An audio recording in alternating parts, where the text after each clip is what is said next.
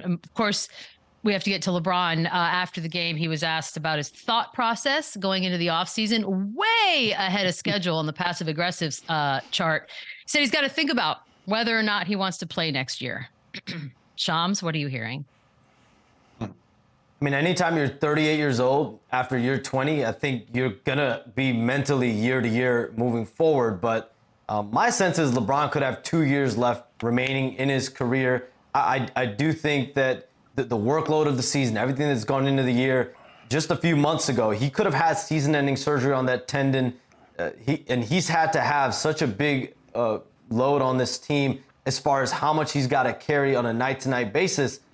Going into year 21, I think how the Lakers manage this roster, how they try to beef up this team, I think that'll be very interesting to monitor. But there's certainly an expectation that he's going to continue playing. He's got 2 years left on his Lakers deal.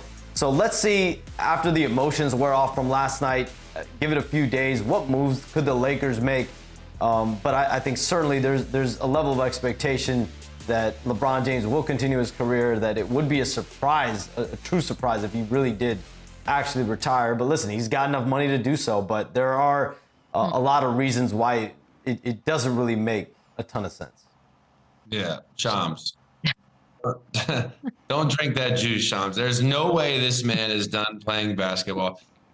Does he sit out next year maybe and come back the following year and play with his son? Probably not either, but I think he's still a top 10, top 15 player in the world. There's 0% chance this guy is done playing. You showed him, and you know what he did last night? It kind of pissed me off in a way, but where was this the first 3 games, this aggression, this driving to the rim? He made it look so easy in the first quarter, and then even after that, he goes away from it for some reason. And I know he's older in age. I know he's probably fatigued. I know he can't do that every single play against a set defense. But it seemed like as if he made a point last night just to be so aggressive and to set the tempo and get to the basket.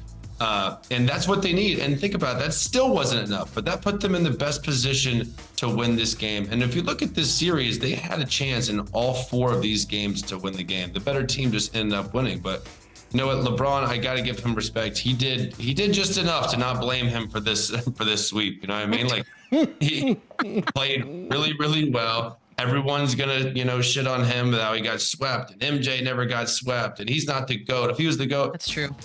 LeBron did everything he could. He was a dominating player, especially in this game. I've never seen him play that well in a half like that with the season on the line. So he did do that, but the comment after the game, it's just another eye roll comment where it's like, bro, stop. You're playing. You've talked about all year long you want to play with your son. You're still an elite talent. You dominated this year. You're an all NBA guy. Like, stop. You're not going anywhere. Couldn't help himself. Eddie, what'd you think? Did you roll your eyes? Michelle, I'm gonna say what you want to say for you, so you don't have to. I rolled my eyes, my head spun. I couldn't believe you said this. If you watch the presser, the question was like, what do you think of this season that just passed? And he talked a little bit about the season, and then just kind of was like, man, I'm not sure. I'm not sure about, the quote was whatever the quote was. I was like baffled because, like Chandler said, he's been telling us for like 2 years, I'm going to play with my son. That's my only goal. That's all I care about. That's all I'm going to do. Bronny's about to start at USC this fall. So we're talking at least another season. He looked great all season long. He had 29 points a game. He like Chandler mentioned, top 10, top 15 player, however you rank him. I don't care. He has years left in him. I will say, I'm sure the seasons are grueling for him. I read the article that Savannah just did, and she kind of talked about how the seasons are grueling for them as a family. I'm sure it's a little exhausting for him. He's been hurt the last few seasons, I'm sure. But for him to throw that out there was like baffling to me. Like, what is he trying to do? What is he trying to set up with that? Like, it seemed calculated, as most LeBron things do seem. It seemed intentional, and people were saying, "Hey, he's trying to overshadow the sweep. He's trying to take away the attention from the Nuggets." Whatever, it worked. Like Carmelo Anthony retired yesterday, and now we're starting our show talking about, is LeBron James going to retire? He's not going to retire. I don't know why he said this. I don't know why he then went to 2 separate reporters and then told them the same thing. He's considering retirement. It's baffling, and it also covers up a little bit of the final minute of the game where he seemed to cower just a little bit. I'm not saying all this hyperbole stuff. LeBron's great. He's the greatest of all time. He's clutch. He's all that good stuff.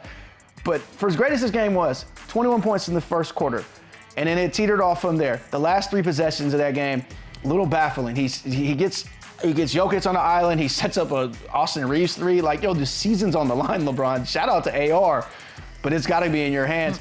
Then he takes 2 attempts at this drive here. Neither one works. Season's over. Sweep. Look, whatever he was trying to do, he did it, because everybody's wondering if he's going to retire when we all know he's not.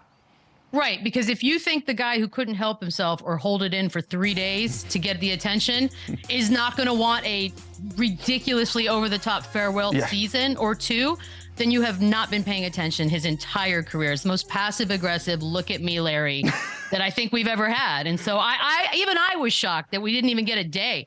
I thought, okay, we're going to get to the finals and we'll get one of those tweets and then we can all talk. Nah. Kudos. I even outdid himself. If you think he's not going to make the city of Cleveland and the city of Miami kiss the ring on his farewell tour, you do not know LeBron James. You have not watched the last 23 years of LeBron James that we've seen. He will have all of the ceremonies. We will not be sounding like Draymond about him wanting the farewell tour. He's getting the farewell tour. And then some. Look, Eddie, the game, there were times when I thought, okay, this is the one they might win this one. They're gonna have some pride. They're gonna pull this one out. Besides Jokic, that's saying the obvious. What was the reason why at the end of the day the Lakers just didn't have enough to get one? Well, Rui Hachimura looked like Rui. I don't have to eat a tweet like I had said I was gonna if he ever hit 5 threes in a game.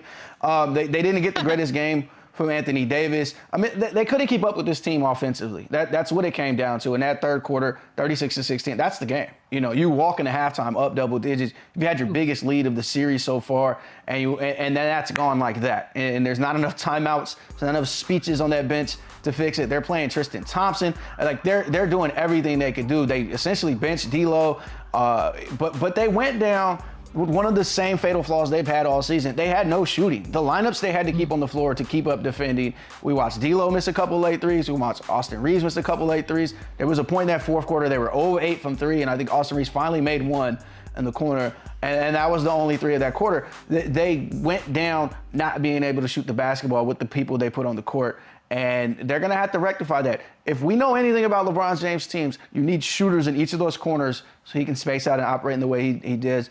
And Rui Hachimura, Dennis Schroeder, they're not shooters. It's what it came down to. But the Nuggets, they keep 5 shooters on that floor at all times, which is why you didn't see Christian Braun last night, which is why you've seen just a little bit of Bruce Brown, which you've seen just a little bit of Jeff Green. They knew they had to go down with shooting, and they did. Look, Chandler, you mentioned AD, and he did not have a bad playoffs, like, for all the things that we say about him, but he does have some Jekyll and Hyde moments, including the fact that with the season on the line, he was outscored by Aaron Gordon. So as far as if you could surmise what you've learned about Anthony Davis in this postseason, what would you say? Well, you said it. He had some great games, right? That game 1, it's good. And AD's good is really good. It's just when you're going up against Nikola Jokic, it's a different level, and you have to do that every single play. You have to outwork him because the talent level of AD's whole career and usually who he matches up with, it's substantial. And when you get a guy like Jokic, it's not. So that mitigates everything that he does. So it's just a tough matchup for anybody. And again, AD he has this gift for needing you to want more. And I just see his potential. I see how talented he is. I see the things he can do offensively and defensively, and he takes plays off, and you can't do that in a series, and you damn sure can't do that against Jokic. So it's tough because, like we said, he had some big games. He can't say he played bad in this series. I just, like LeBron in the first quarter, I wanted to see them like their season was on the line and to not take any plays off and to go extremely hard, get to the foul line. Give Jokic a hard foul. How is this guy just come in and dominate 2 games in a row and you're building to end your season without somebody putting him on the floor or doing something about it? So it just, again, the better team won. Even that last play, we're nitpicking now, and that was great help defense by Jamal Murray. Anthony Davis is wide open if LeBron throws it back to him to make a shot there at the buzzer to possibly send it. But I love the fact that LeBron did that. He most likely gets the whistle there if Jamal Murray doesn't grab all ball and no hand. But listen, AD, he's going to be fine. We all know his injury history, but when he's healthy, he's an elite talent. He's just in another ball game when he's matched up with Jokic. Shams, I know your offseason, as usual, is going to be crazy and you're going to be chasing a whole bunch of leads, but where do the Lakers go from here? Well, to me, you look at the season, it's a grand success. I mean, you go from 2-10 on the season to start, and then you end up in the Western Conference Finals. You look at the Lakers front office, Rob Pelinka, Joey Jesse Buss, Kurt Rambis. You have to give them credit for the job that they did collectively reshaping this team at the trade deadline. D'Angelo Russell, Rui Hachimura, Jared Vanderbilt, Malik Beasley. And I think going into the summer, there's no question they're going to prioritize re-signing Reeves, re-signing Rui Hachimura. What I'm curious about is D'Angelo Russell. He gets benched. He comes off the bench in that last game last night. Do you explore getting another point guard? I think you have to. That's got to be something that's front of mind. Just looking at the tea leaves, D'Angelo Russell did not have a great series, and I think he was benched that fourth game. So seeing what they do there will be curious, but bringing him back also makes some sense. And this is a team that does have some young talent: Reeves, Max Christie. And I think overall, this has to be a great experience for Darvin Ham to be able to coach into the Western Conference Finals in his rookie year as head coach. That's invaluable for him moving forward.